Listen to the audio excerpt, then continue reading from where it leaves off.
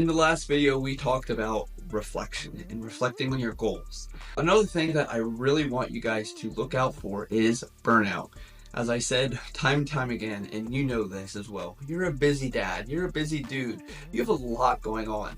And if you go all the time without any self-care, without any reflection, you're gonna burn out, and burnout has some terrible things psychologically as well as physically, and we are going to avoid that at all costs. If you do feel like you're burning out, the first thing you need to do is recognize it. This is not a sign of weakness. It is a sign that your body and mind need attention. We're going to acknowledge it, we're going to fix it, and then we're going to work on preventing this from happening again. The number one thing for fixing burnout is prioritizing self-care. Efficiency is fantastic and getting things done is great, but not at the cost of your health or well-being. This is why we talk about setting those self-care activities in your planner throughout the week or the day.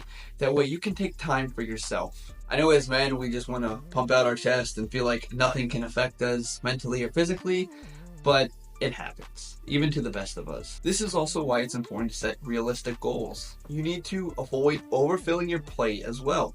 Stop saying, I'm going to accomplish this and that, and I'm going to fit all this into 24 hours and nothing's going to stop me.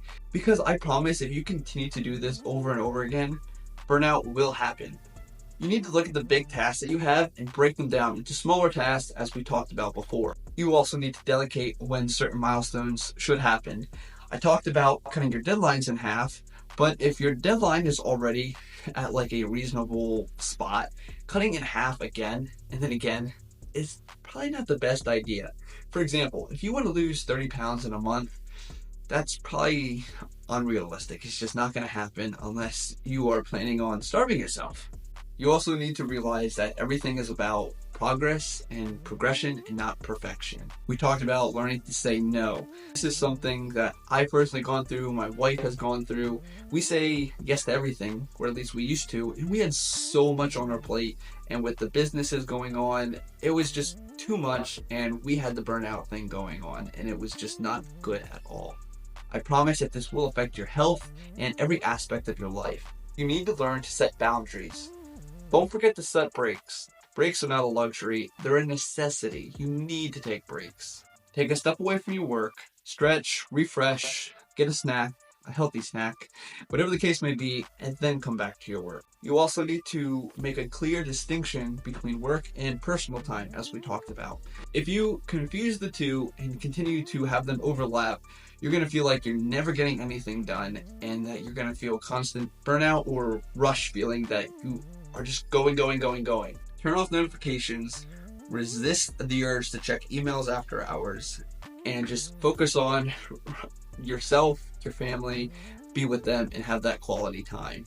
As we talked about, you need to cultivate certain habits that are going to give you that self-care, such as working out, reading, whatever the case may be. This is just going to help prevent burnout. One of the best things that's going to help you with burnout as well is having that mindful practice. Having that mindfulness of what's going on, what you're doing. Are you actually spending your time on something you enjoy? Are you having the self-care that you need? Just physically think about it. Another great thing for burnout is to get quality sleep. Make sure that you're actually getting anywhere from 7 to 8 hours of sleep.